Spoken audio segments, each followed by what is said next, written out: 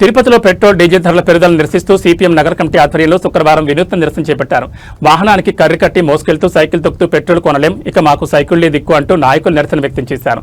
ఇంధన ధరల పెరుగుదలతో సామాన్యులు, రైతులు, ఆటో డ్రైవర్లు తీవ్ర ఇబ్బందులు ఎదుర్కొంటున్నారని సిపిఎం జిల్లా కార్యదర్శి వందబాత్ నాగరాజ్ పేర్కొన్నారు. పెట్రోల్ డీజిల్ ను జీఎస్టీ పరిధిలోకి తీసుకొచ్చి ధరలను తగ్గించాలని కేంద్ర ప్రభుత్వం డిమాండ్ చేశారు. ఈ నిరసనలో సిపిఎం జిల్లా నగర నాయకులు మరియు కార్యకర్తలు పెద్ద సంఖ్యలో పాల్గొన్నారు. దేశ ప్రజల మీద బీజేపీ మూలిగే నక్క మీద తాటికాయ వేసినట్టుగా ఈరోజు అధిక ధరలతో ఇబ్బంది పడుతున్న ప్రజల మీద పెట్రోలు, డీజిలు 3 రూపాయల లీటర్కు పెంచి మరింత భారాన్ని మోపి తీవ్రమైన ద్రోహం చేసింది. 5 రాష్ట్రాలు ఎన్నికలు అయిపోయినాయో లేదో ఇదే తడువుగా ఈరోజు ఈ బీజేపీ మోసానికి ఒడిగట్టింది. ఈరోజు రష్యా నుంచి పెట్రోల్, డీజిల్ తీసుకోవడానికి ఏ ఇబ్బంది లేదు, ధరలు పెంచాల్సిన అవసరం లేదు. కానీ అమెరికాకి లొంగిపోయి అమెరికా కాళ్ళ మీద పడిపోయి విశ్వ గులాముగా మారి ఈరోజు ఈ పెట్రోల్, డీజిల్ పెంచడానికి కారణమైంది బీజేపీ. ఈ ధరల పెరుగుదలతో అన్ని వస్తువుల ధరలు పెరిగిపోతాయి. ఆ రకంగా అంతంత మాత్రం ఆదాయాలున్న ఈ ప్రజల మీద తీవ్రమైన భారాలు మోపి తీవ్ర అన్యాయానికి ఒడిగట్టింది బీజేపీ ప్రభుత్వం. కార్పొరేట్ల లాభాల కోసం అదానీ, అంబానీ లాంటి కార్పొరేట్లకి కోట్లు కట్టబెడుతూ పేద ప్రజల రక్తాన్ని పీల్చే జలగల్లాగా ఈ బీజేపీ తయారైంది. 5 రాష్ట్రాల్లో ఎన్నికల్లో లబ్ధి పొందినామనే కనీసం ఆలోచన కూడా లేకుండా ఈరోజు ఈ భారాలకి పూనుకోవడం అనేది సిగ్గుచేటు.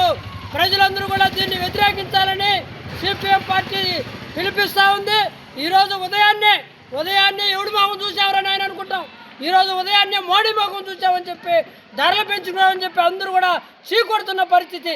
ఈ మోడీ ఈరోజు ప్రజలందరికీ సేవ చేస్తాడంట.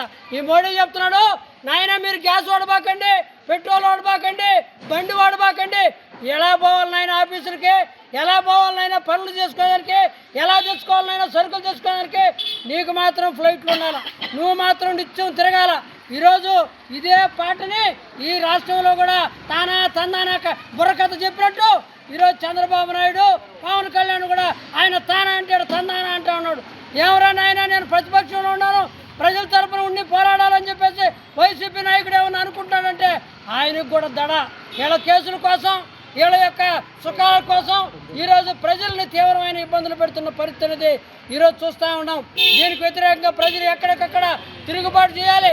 మనం చూసాం ఈరోజు మొత్తం కూడా ప్రజలు శ్రీలంకలో బుద్ధి చెప్పి బట్టలు తీసి తరుగుకుంటారు ఆ దేశ నాయకుల్ని. ఎందుకు రేట్లు పెంచేశారు. ఈ పక్కన మనం నేపాల్లో చూసాం, మొత్తం కూడా వాళ్ళ విలాసాలు వాళ్ళు చేసుకున్నారు. సాధారణమైన ప్రజలకి ఏమాత్రం సౌకర్యం కల్పించడం లేదని చెప్పి అక్కడ కూడా తరిమి కొట్టిన ఉదంతం మనం చూసాం. పక్కనున్న బంగ్లాదేశ్లో అదే జరిగింది. కాబట్టి యువకులందరూ తిరగబడక ముందే బీజేపీ కళ్ళు తెరవాలా. హిందువులు అంటే ఎవరయ్యా హిందువులు? ఈరోజు వీళ్ళందరూ హిందువులు కదా? పెట్రోల్, డీజిల్ రేట్లు పడితే హిందువుల మీద భారం పెరిగినట్టు కాదా?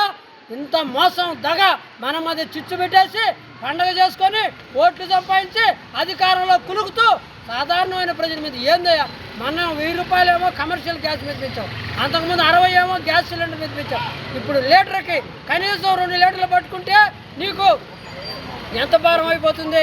ప్రజలందరూ కూడా తీవ్రమైన భారం.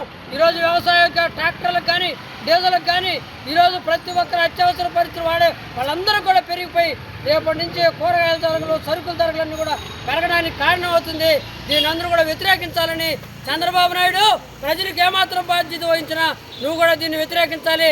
పవన్ కళ్యాణ్తో పాటు జగన్ గారు మీరు కూడా దీన్ని వ్యతిరేకించండి. ఎన్ని రోజులను మౌనం వహిస్తారు అని చెప్పి సిపిఎం పార్టీగా మేము ప్రశ్నిస్తా ఉన్నాం. లేకపోతే ప్రజాగ్రహానికి మీరు గురవుతారని చెప్పి హెచ్చరిక చేస్తా ఉన్నాం.